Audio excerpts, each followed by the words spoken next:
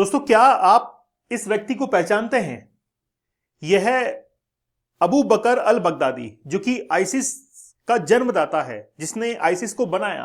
और पता है आपको, ये पीएचडी किया हुआ है। इसकी जो एजुकेशन है वो डॉक्टरेट की हुई है। मैं आपको एक व्यक्ति और दिखाता हूं, Osama bin Laden. Osama bin Laden जो कि सिविल इंजीनियर था, इसने क्या किया? ये भी जो है वो टेररिस्ट बना। तो आज जो प्रेजेंट टाइम है वो ट्रेडिशनल टेररिज्म का नहीं है, वो है व्हाइट कॉलर टेररिज्म का। जिस तरीके से अबू बकर अल बगदादी ने, जो कि पीएचडी होल्डर था, उसने जबरदस्त एजुकेशन ली, वो समाज का भला करने की बजाय समाज के लिए एक नासूर बन गया।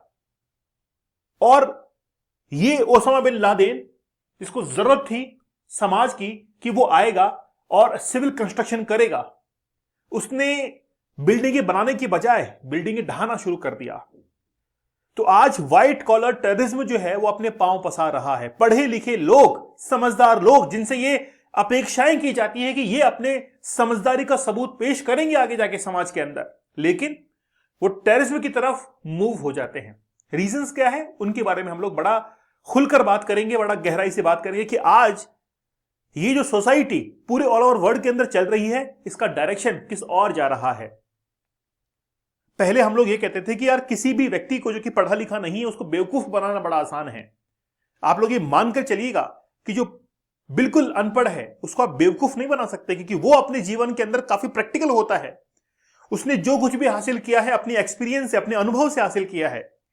लेकिन पढ़े लिखे को आसानी से बेवकूफ बनाया सकता है। जब आप कस्टमर केयर पर कहीं पर भी कॉल करते हैं तो आप अपना परिचय खुद देते हैं। आप उसके साथ में इस तरीके से बात करते हैं कि यार देखो कितना अच्छा बिहेव हो रहा है, और वो आपको जो है कहीं ना कहीं क्या कर देती है, रिप्लेस कर देती है अपनी समझदारी से। लेकिन अगर कोई गांव देहात का व्यक्ति सीधे बात करता है कि बताइए काम होगा कि नहीं होगा, तब जाकर फिर उसका काम होता है। आज जो है पढ़ा लिखा इंसान वो अपनी डायरेक्शन चेंज कर रहा है। खास तौर पर ये देख लीजिए, अलकायदा का जो सरगना था, जिसने अलकायदा को बनाया था, वो एक सर्जन था। आप सोच सकते हैं कि सर्जन जो कि हॉस्पिटल के अंदर सर्जरी करेगा, वो सर्जरी करने के बजाय, किसी इंसान को ठीक करने के बजाय जो है वो बम विस्फोट करके उनके चिथड़े उड़ा रहा है। ये रियलिटी जो है आज बन रही है। इसीलिए आज हमारा जो टॉपिक है वो है why terror wears white collar. आखिर जो आतंकवाद है उसने व्हाइट कॉलर को क्यों ओढ़ लिया है, क्यों पहन लिया है। चलिए दोस्तों, हमारा ये 75 डेज का हार्ड चैलेंज बड़ा जबरदस्त है। मैं चाहूंगा कि आप इससे जरूर जुड़े, एक बार इसको जरूर आजमाएं। आपको लगेगा कि वाकई में कुछ चैलेंज, कुछ चुनौतियां आपके जीवन के अंदर आ रही हैं, और वो चुनौतियां आपको अवसर देंगी, आपको अपॉर्चुनिटीज देंगी कि आप अपने जीवन में आगे निकल सकते हैं। साथ ही में 175 डेज का हार्ड चैलेंज, वो भी बड़ा जबरदस्त है। बहुत मेहनत लगी थी 175 डेज के हार्ड चैलेंज को कंप्लीट करने में। आप सोच के देखिए कितना जबरदस्त कंटेंट होगा इसके अंदर, कि आप इस एडिक्शन से बाहर निकल सकते हैं, और साथ में आपको फोकस और कंसंट्रेशन भी मिलेगा।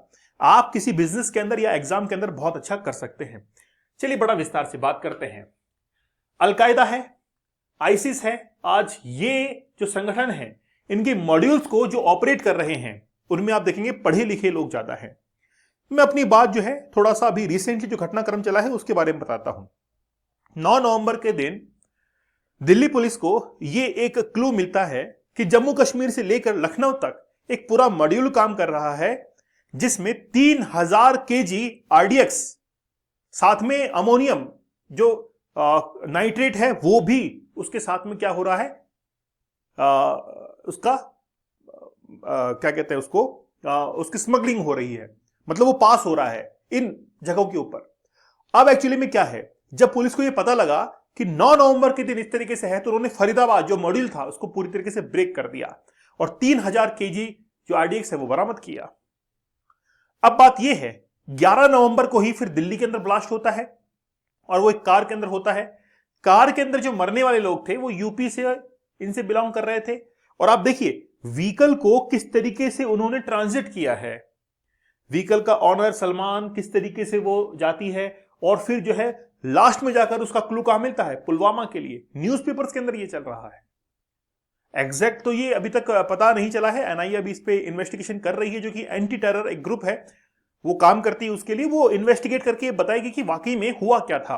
वो तो अभी तो उसका रिजल्ट आना बाकी है। लेकिन अब ऐसे अजम्पशंस लग रहे हैं कि वाकई में पढ़े लिखे लोग इसके अंदर शामिल थे। मोहम्मद उमर, माफ कीजिएगा, डॉक्टर मोहम्मद उमर, जो कि एमबीबीएस किया हुआ है, वो एक गाड़ी के अंदर दिखा और उस गाड़ी के अंदर वो नकाब पहना हुआ था। 2.5-3 घंटे तक वो गाड़ी चांदनी चौक के अंदर खड़ी रही, लेकिन वो गाड़ी के बाहर नहीं उतरा। यूपी से एमबीबीएस करने वाला, शायद यूपी से ही था वो, यूपी से एमबीबीएस करने वाला जिसको रस्टिकेट किया गया, वो भी क्या था, वो भी मॉड्यूल के अंदर शामिल निकला। ऐसे बहुत सारे लोग। तो आज व्हाइट कॉलर टेररिज्म जो है वो अपने पांव पसार रहा है। लेफ्ट एंड राइट विंग, देखिए क्या है बेसिकली, हम लोग किस चीज में उलझे हुए हैं। ये राइट विंग का है, ये लेफ्ट विंग का है। इसका फायदा कौन उठाता है? आतंकवाद। आतंकवादी को ये पता है कि ये लोग इसी में उलझे रहेंगे पढ़े लिखे। ये तू लाइफ ट्रू लेफ्ट का है, ये राइट का है, इसकी सोच ऐसी है, इसकी सोच वैसी है। लेकिन वहां पर ही टेररिज्म को जो है एज मिलती है और वो जल्दी से उन लोगों को इन्फ्लुएंस कर लेते हैं जो कि डिसाइड नहीं कर पाते, डिसीजिव नहीं होते कि हमको जाना किस तरफ है। आज जो एमबीबीएस किए हुए लोग हैं, आखिरकार उनकी साइकोलॉजी कैसे चेंज की गई होगी? क्या उनके पास में पैसों की कमी थी इसलिए किया? नहीं, ऐसी बात तो नहीं है। उनकी जो सोचने समझने की शक्ति है, पावर जो है, उसको इन्फ्लुएंस किया गया कि सही क्या है। जब हम किसी बात को, हमारे सामने कोई घटना घटित होती है और हम लोग ये देखते हैं कि सही क्या है, और सही करने के निर्णय के अंदर जब अपना डायरेक्शन नेगेटिव साइड में ले लेते हैं तो हमको वो भी सही लगने लगता है। हमारे पास में ही एक घटना घटित हुई है, शायद आपको पता भी होगा कि एक ट्रक जो था, जो ट्रक ड्राइवर था, उससे बहस चली। उसके पास में बहुत बड़ा ट्रेलर था, तो वो जब रोड पे चलते हुए एक आदमी के साथ में बहस करता है, गर्मा गर्मी होती है, बातचीत होती है, और ट्रक ड्राइवर को गुस्सा आता है। वो क्या करता है कि ट्रक को घुमाता है, रॉन्ग साइड लेता है और ट्रक को स्पीड से चलाता है, जिसके अंदर 13 लोगों को वो ट्रक के नीचे कुचल देता है। अभी रिसेंटली घटना थी वो, समझ रहे आप? तो अब जब ये घटना हुई और वो जो ड्राइवर था उससे पूछताछ की गई कि भाई तुमने किया कि नहीं किया? वो कहता मैं तो बेकसूर था, मैंने कुछ नहीं किया, ये लोग मेरे पीछे पड़ गए थे, इसलिए मैं जो है भाग रहा था। और ये अब इस कंडीशन को कुछ लोग देखने वाले कहेंगे कि यार ड्राइवर की कोई गलती नहीं है, कुछ लोग कहेंगे कि ड्राइवर की गलती है। तो वाकई में सही डिसीजन के ऊपर पहुंचने के अंदर उसकी जो सोच है, साइकोलॉजी, उसको किस तरफ मोड़ दिया जा रहा है। अगर वहां पर नेगेटिव की तरफ अगर कोई उसको सपोर्टिव व्यक्ति मिल गया, क्योंकि है तो बात नेगेटिव, साइड तो नेगेटिव है, डिसीजन तो गलत है, लेकिन वहीं पर उसके गलत डिसीजन को सपोर्ट करने वाला अगर कोई व्यक्ति मिल गया, तो यह मान के चलना कि वो क्या होता है, दिल्ली जैसी ब्लास्ट जो घटनाएं हैं वो होती हैं। फिर रिसेंटली आपने देखा, ठीक है ना? तो बात यह है कि जम्मू एंड कश्मीर पुलिस ने described an inter state and transitional terrorism module, it recently cracked open and white collar terror ecosystem. क्या हुआ? हरियाणा शामिल, यूपी शामिल, जम्मू एंड कश्मीर शामिल, दिल्ली शामिल। 4 स्टेट से गाड़ी जो है कहां कहां घूम गई है, कहां कहां से लोग मिल रहे हैं। इसका मतलब है कि जो टेरर है वो कहीं भी स्टेट से तो बिलोंग करता ही नहीं है, उसको कोई मतलब नहीं है, उसको ना तो किसी धर्म से मतलब है। भाई अगर धर्म से मतलब होता, आप मुझे बताइए यार कि यार ये जो टेररिज्म है ना, इसके अंदर, टेररिज्म के अंदर एक्चुअली में होता क्या है? टेररिज्म ये होता है कि जो ब्लास्ट हो रहा है उसमें कौन मर रहा है कोई पता नहीं है। हिंदू भी मर रहा है उसके अंदर, मुस्लिम भी मर रहा है। जब ये जो ब्लास्ट हुआ दिल्ली के अंदर, वहां पर एक साइकिल रिक्शा वाला था जो कि मुस्लिम था, वो भी मरा, हिंदू था, उसकी भी डेथ हुई, सबकी डेथ हुई। तो टेररिज्म जो है इसका कोई चेहरा नहीं है, ये धर्म देखकर जो है वो नहीं मारता है। अब आप कहेंगे कि सर पहलगाम में क्या हुआ, कि पहलगाम के अंदर 22 अप्रैल को क्या हुआ? पहलगाम के अंदर तो वहां पे धर्म पूछा गया, हिंदू है कि मुस्लिम है, पूछा ही गया था, कौन सी बात इसमें छिपी है?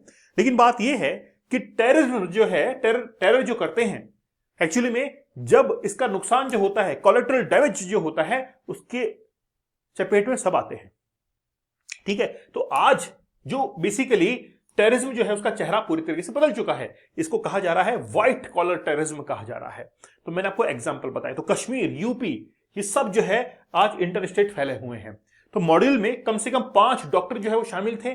डॉक्टर उमर मोहम्मद पुलवामा से, अनंतनाग मेडिकल कॉलेज से निष्कासित कर दिया गया था। फिर डॉक्टर मुजम्मिल श्रीनगर जीएम से AK-47 बरामद हुई, और लखनऊ से शाहिद सईद जो है, जो कि यूपी से अभी जिक्र कर रहे थे हम लोग, तो ये लोग जैश ए मोहम्मद और अलकायदा से जुड़े हुए जो है गजवाते उल हिंद जैसे संगठनों के लिए हथियार और विस्फोटक फंड का प्रबंध मैनेजमेंट कर रहे थे।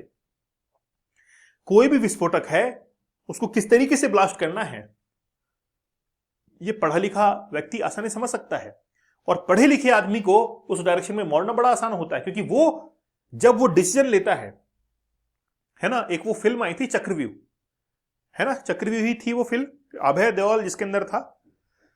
उसमें वो नक्सलिज्म की तरफ जाता है, यानी कि वहां पर वो जाता है सीक्रेट एजेंट बनकर, लेकिन जब वो जाता है तो वो वहीं पर वो खुद भी नक्सलाइट बन जाता है, क्योंकि वो जाता है एजेंट बनकर। अब वो जो है जब वो डिसाइड ये कर रहा होता है कि कौन सही है, क्या नक्सलिज्म सही है या गवर्नमेंट सही है, तो जब नक्सलिज्म सही है उसके दिमाग में ये बात आती है, तो फिर उस समय उसको सपोर्ट करने वाला कोई व्यक्ति मिल जाता है और वो भी कन्वर्ट हो जाता है। यही होता है टेररिज्म के अंदर, इसको हम लोग वाइट जो है वो टेररिज्म कहते हैं।